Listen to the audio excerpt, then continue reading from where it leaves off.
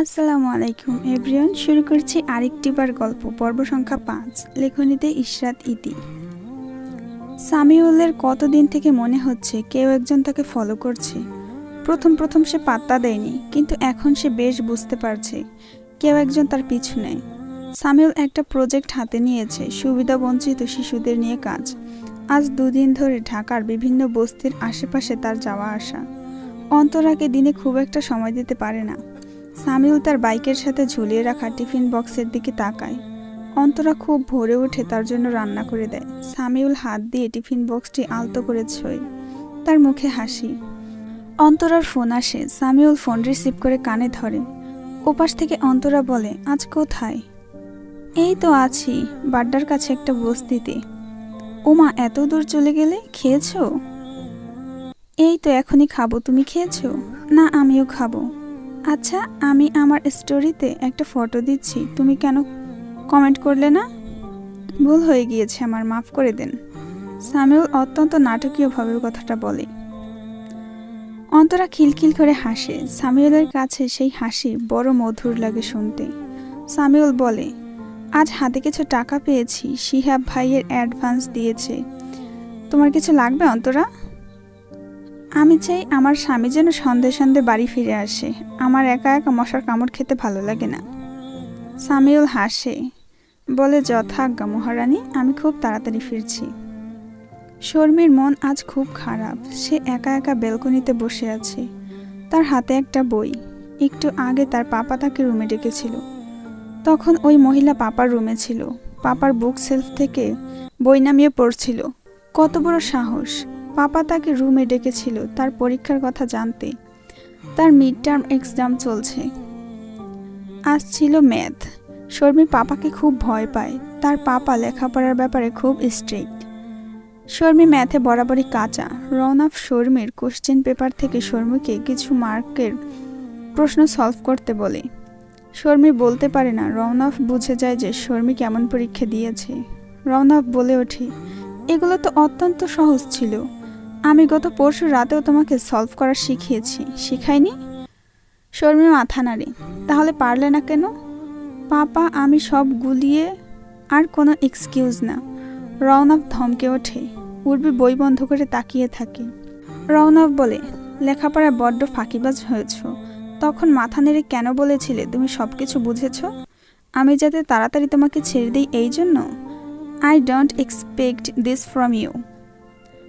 আমি ম্যাথের টিচারকে ফোন করে দিচ্ছি। আজ থেকে সে তোমাকে 1 বেলা নয় 2 বেলা পড়িয়ে যাবে। আশা করি ফাইনালে তুমি আমায় হতাশ করবে না। আর শোনো, কখনো ফাঁকি দেবে না। না বুঝলে 100 বার বুঝিয়ে দেব। শর্মি চুপ করে দাঁড়িয়ে থাকে।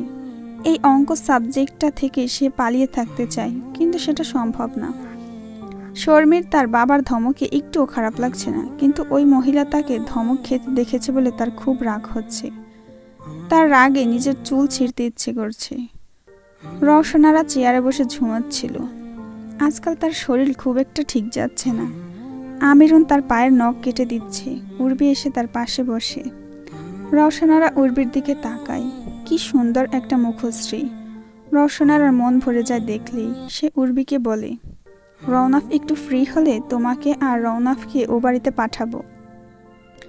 উর্বি মাথা নাড়ায়। রওশনারা তার দিকে তাকিয়ে বলে, রওনাফ ফিরেছে? জি।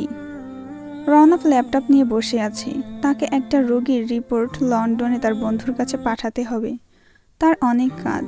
শর্মির টিচার আসলে তার সাথে কথা বলতে হবে। সন্ধ্যায় হসপিটালে যেতে হবে। আজ তার নাইট ডিউটি। রওনাফ উঠে দাঁড়ায়। আগে একটু কফি খেয়ে নিতে হবে। সে আমিরুনকে ডাকতে ডাকতে তাদের কাছে চলে আসে। তারপর আমিরুনের দিকে তাকিয়ে বলে, ও তুই ব্যস্ত? আচ্ছা ঠিক আছে, তারপর আমায় একটু কফি খাওয়াতে পারবি? আমি বানাতাম, কিন্তু আমার একটু কাজ আছে। আমিরুন বলে, যে আচ্ছা ভাইজান, আমি আনতাছি। রওনাফ চলে যায়। আমিরুন নখ কাটা শেষ করে উঠতে যাবে।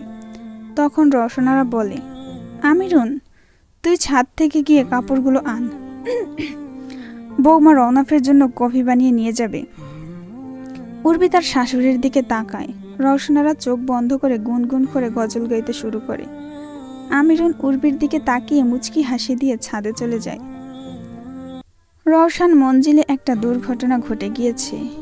কেউ বা কারা সামিউলকে ছুরি দিয়ে জখম করেছে। ফোনটা প্রথমে রওনাফের কাছে আসে। সামিউলের একজন টিম মেম্বার ফোন করেছে। অবস্থা গুরুতর। রওনাফ বুঝতে পারছে না বাড়ির লোকদের কিভাবে খবরটা দেবে। অন্তরাকে জানানো দরকার। শাফিউল আর মোহনা এখনও বাড়িতে ফেরেনি। রওনাফ বুঝতে পারছে না কিভাবে পরিস্থিতি সামাল দেবে। সে আমিরনকে ডাকে। আমিরন দরজার বাইরে এসে দাঁড়ায়। ভাইজান, কিছু কইবেন? আমিরন, আমি যা বলবো তা মন দিয়ে শুনবি। সামিউলের একটা অ্যাক্সিডেন্ট হয়েছে, অবস্থা গুরুতর। ওকে আমাদের হসপিটালে ভর্তি করা হয়েছে।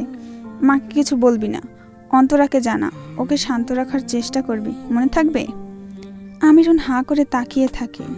সে রওনাফের কথা কিছুই বুঝতে পারছে না। রওনাফ বলে, যা বললাম তা যেন মাথায় থাকে, মা যেন জানতে না পারে। আর যদি জানে তাকে সামলানোর দায়িত্ব তোর। রওনাফ বেরিয়ে যায়। আমিরনের হাত পা কাঁপছে। সে দৌড়ে অন্তরার রুমের দিকে যায়। উর্বি তাকে দেখে তার পিছু নেয়। আমিরন উর্বিকে সবটা খুলে বলে। অন্তরা অতি উৎসাহের সাথে সামিউলের জন্য ফুলকপির বড়া বানাচ্ছিল। দরজায় টোকার আওয়াজ পেয়ে অন্তরা গিয়ে দরজা খোলে। দরজার বাইরে আমিরন আর উর্বি দাঁড়িয়ে। অন্তরা তাদের দিকে তাকিয়ে আছে। আমিরন কাঁদছে। অন্তরা কিছুই বুঝতে পারছে না। হঠাৎ আমিরন বলে, ছোট ভাইজানরে কারা যেন ছুরি মারছে গো গানের আপা। অন্তরা তাদের দিকে অবাক হয়ে তাকিয়ে আছে। কি বলছে এরা? কিছুক্ষণ আগেই তো কথা হলো। অন্তরার মনে হচ্ছে সে এখনই নিচে পড়ে যাবে। উর্বি এসে অন্তরার হাত ধরে। অন্তরা শুধু বলতে পারে, আমাকে ওর কাছে নিয়ে যান। তারপরে অজ্ঞান হয়ে যায়। সামিউল আইসিইউতে। আশরাফ পাশে দাঁড়িয়ে, তার সাথে আরও দুজন ডক্টর। অন্তরা আইসিইউ রুমের দরজার কাছ দিয়ে সামিউলকে দেখছে। জ্ঞান ফেরার পরে সে পাগলের মতো করেছিল, তাই শাফিউল তাকে নিয়ে আসে হাসপাতালে। হসপিটালের বাড়ির প্রায় সবাই এসেছে। শাফিউল, মোহনা, সাইমি, নাবিল, আমিরন। বাড়িতে শুধু উর্বি, রওশনারা আর শর্মি। রওশনারা অস্থির হয়ে আছেন। সেই সন্ধ্যা থেকে ছটফট করছেন।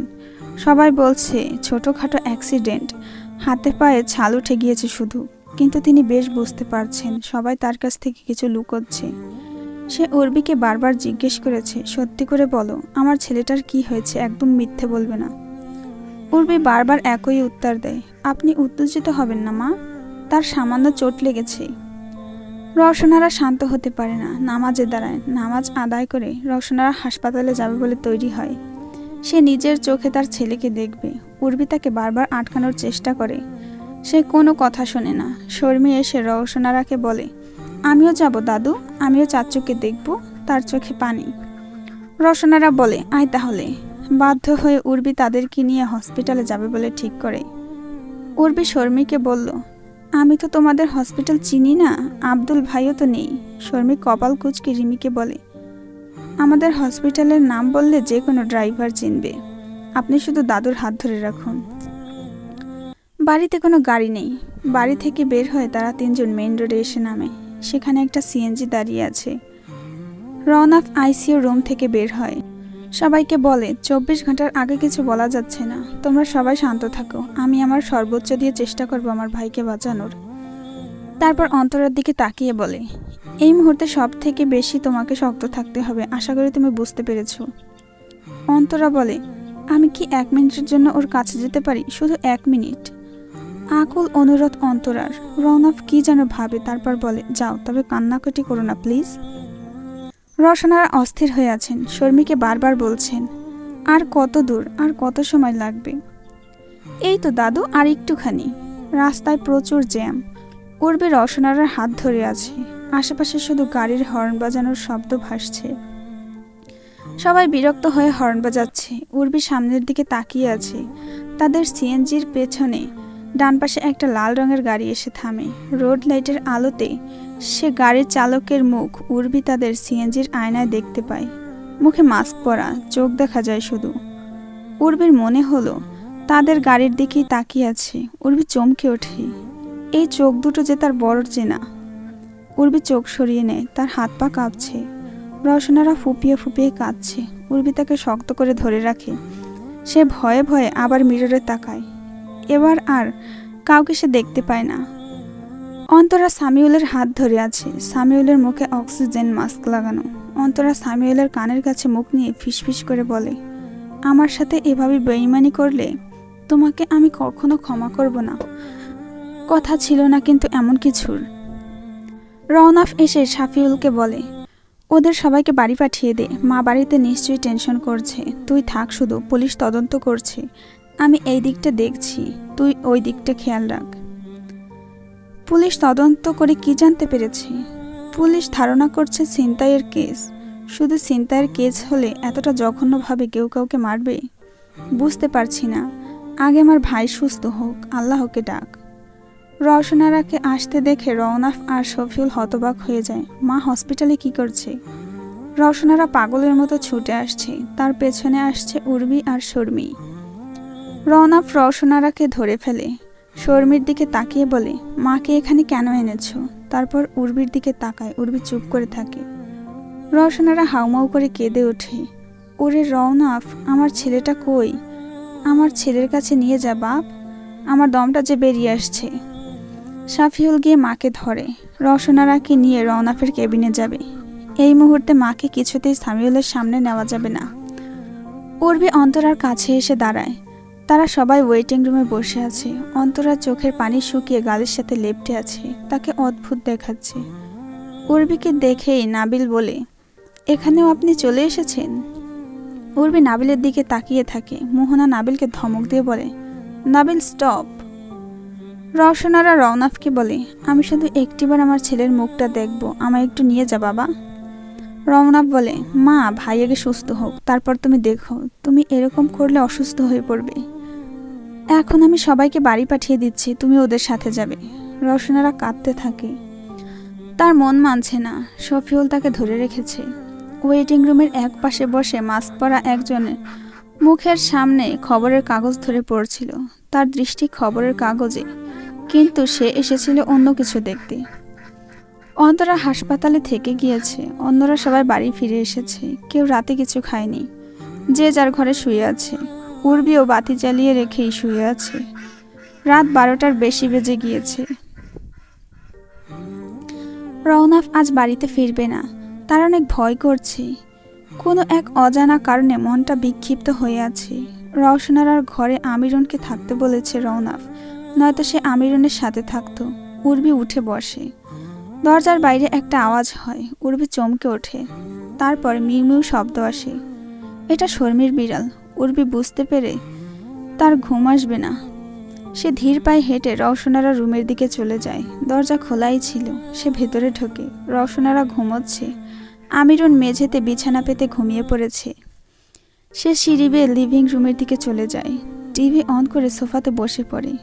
কিছুক্ষণ খবরের চ্যানেল ঘাটাঘাটি করে, পরে হাতে একটা ম্যাগাজিন তুলে নেয়।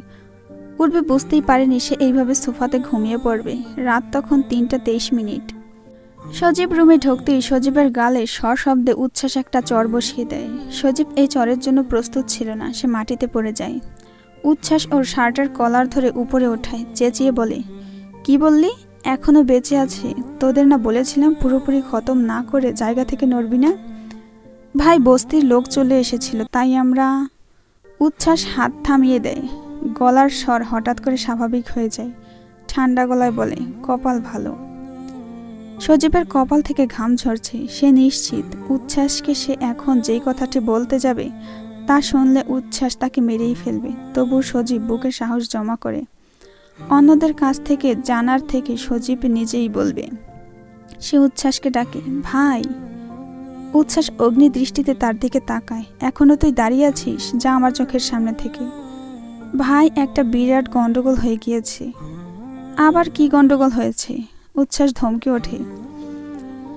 ভাই, আজকে আমরা যাকে মারলাম তার সাথে উর্বির বিয়ে হয়নি। উর্বির বিয়ে হয়েছে তার বড় ভাইয়ের সাথে, doctor Raunaf Karim Khan, city Medicare হসপিটালের একজন চেয়ারম্যান। কথাগুলো এক নাগাড়ে বলে সজীব। উচ্ছ্বাস সজীবের দিকে তাকিয়ে থাকে। সজীব উচ্ছ্বাসের চোখ দেখে মনের কথা পড়তে পারছে না। এত বড় ভুলের জন্য উচ্ছ্বাস কি করবে তাকে? রওনাফ ঘুমন্ত উর্বির দিকে তাকিয়ে আছে। সে বুঝতে পারছে না উর্বি এইভাবে সোফাতে ঘুমাচ্ছে কেন। টিভি অন করাই আছে। রওনাফ টিভি অফ করে। উর্বিকে দেখে মনে হচ্ছে গভীর ঘুমে আচ্ছন্ন। রওনাফ খানিকটা ইতস্তত ভঙ্গিতে উর্বিকে ডাকে। উর্বি ঘুমিয়েই আছে। রওনাফ আর একটু জোরে ডাক দেয়, উর্বি। উর্বি লাফিয়ে ওঠে। হঠাৎ ঘুম ভেঙে যাওয়ায় সে কিছু বুঝতে পারছে না। রওনাফের দিকে তাকায়। রওনাফ বলে, দুঃখিত, তবে এইভাবে সোফায় ঘুমাচ্ছিলে কেন? টিভি দেখছিলাম, ঘুমিয়ে যাব বুঝতে পারিনি। রওনাফ বলে, ঠিক আছে, এখন রুমে যাও, ফজরের আজান দিয়ে দিয়েছে। কিন্তু আপনি ভেতরে আসলেন কিভাবে? দরজা খুলল কে? আমার কাছে চাবি ছিল। আপনার ছোট ভাইয়ের কি অবস্থা এখন? অনেকটা জড়তা নিয়ে প্রশ্নটা করে উর্বি। আগে 24 ঘন্টা যাক। রওনাফ ক্লান্ত ভঙ্গিতে উপরে ওঠে। তার ঘুমানোর প্রয়োজন। উর্বি তার পেছু পেছু উপরে উঠে যায়। সামিউলের অবস্থা এখন কিছুটা আশঙ্কামুক্ত। তার জ্ঞান ফিরেছে, তবে কথা বলার মতো অবস্থায় নেই। অন্তরা সামিউলের মাথার কাছে বসে আছে। সামিউলের মাথায় হাত বুলিয়ে দিচ্ছে। সামিউল চোখ মেলে তার দিকে তাকায়। তার শরীরে অসহ্য যন্ত্রণা। অন্তরা বলে, তুমি ঘুমাও। সামিউল চোখ বন্ধ করে। রওনাফ পুলিশের সাথে হসপিটালের করিডোরে দাঁড়িয়ে কথা বলছে। পুলিশ ইন্সপেক্টর কথা বলছে। আপনার ভাইয়ের যদি জ্ঞান ফিরে থাকে, তবে আমরা তাকে সামান্য কিছু জিজ্ঞাসাবাদ করতে চাই আমাদের তদন্তের জন্য। আমার ভাই এখন কথা বলার মতো অবস্থায় নেই, অফিসার। ঠিক আছে, আমরা তবে আরও একদিন অপেক্ষা করি। পুলিশ অফিসার চলে যাওয়ার পরে রওনাফ সামিউলের কেবিনের কাছে এসে দাঁড়ায়। সে একটা অদ্ভুত সুন্দর দৃশ্য দেখতে পায়। অন্তরা সামিউলের কপালে চুমু দিয়ে আবার তার মাথায় হাত বুলিয়ে দিচ্ছে। রওনাফ কেবিনে ঢোকে না। তার কাজ শেষ। এখন সব দায়িত্ব অন্তরার। রওনাফ নিশ্চিন্ত, অন্তরা তার দায়িত্ব খুব ভালোভাবে পালন করবে। সম্ভবত শেষ রাতের পাখিটাও ঘুমিয়ে গিয়েছে। রাত এতটাই গভীর। ফোনের রিংটং বেজে উঠতেই উর্বির ঘুম ভেঙে যায়। তার বুকটা কেমন ধরফরিয়ে ওঠে। সে ফোনটা হাতে নিয়ে ঘুম ঘুম চোখে দেখতে পায় একটা অচেনা নাম্বার। নতুন সিম কার্ডে অচেনা নাম্বারটা দেখে তার খানিকটা খটকা লাগে। না চাইতেও ফোন রিসিভ করে কানের কাছে ধরে। ওপাশের ব্যক্তি নীরব। দীর্ঘক্ষণ কেউ কোনো কথা বলে না। উর্বি কয়েক মুহূর্ত পরে বলে ওঠে, কে বলছেন? ওপাশের ব্যক্তি কোনো কথা বলে না। মাঝে মাঝে নিঃশ্বাসের শব্দ পাওয়া যাচ্ছে শুধু। কান খাড়া করে উর্বি শুনতে থাকে। ওপাশের ব্যক্তি একটা গান শোনাচ্ছে, পরিচিত একটা গান। গানের একটা লাইন শুনতে পেয়ে উর্বির চোখ বড় বড় হয়ে যায়। সে কাঁপা কাঁপা হাতে ফোনটা কেটে দিয়ে পাথরের ন্যায় বসে থাকে। রওনাফের ঘুম ভেঙে গিয়েছিল উর্বির ফোনের রিংটন শুনেই। নীরবতা ভেঙে উর্বির পাশ থেকে অদ্ভুত শব্দ তার কানে আসে। দীর্ঘ সময় পরে চাপা গোঙানির আওয়াজে রওনাফের কানে পৌঁছায়। রওনাফ উঠে বসে বেড সাইডের বাতি জ্বালিয়ে দেয়। অনেকটা সংকোচ নিয়ে পর্দা সরিয়ে দেখে উর্বি হাঁপাচ্ছে, তার চোখে পানি। শাড়ির আঁচল দলা পাকিয়ে মুখের মধ্যে ঢুকিয়ে কাঁদছে যাতে আওয়াজ না বের হয়। রওনাফ উৎকণ্ঠা নিয়ে বলে ওঠে, আর ইউ ওকে? অসুস্থ বোধ করছো? উর্বি স্বাভাবিক হওয়ার চেষ্টা করেও পারে না। বিষাদের স্মৃতিগুলো তার গলা চেপে ধরেছে। রওনাফ এগিয়ে যায়, বলে, অ্যাজমা আছে নাকি তোমার? উর্বি মাথা নাড়ায়। রওনাফ কিছুক্ষণ চুপ করে থেকে বলে, ওকে, যা বলছি সেটা করো। Just breathe in, breathe out. Urvi করার চেষ্টা করে। রওনাফ বলতে থাকে, হ্যাঁ, এইভাবেই ব্রিথ ইন ব্রিথ আউট।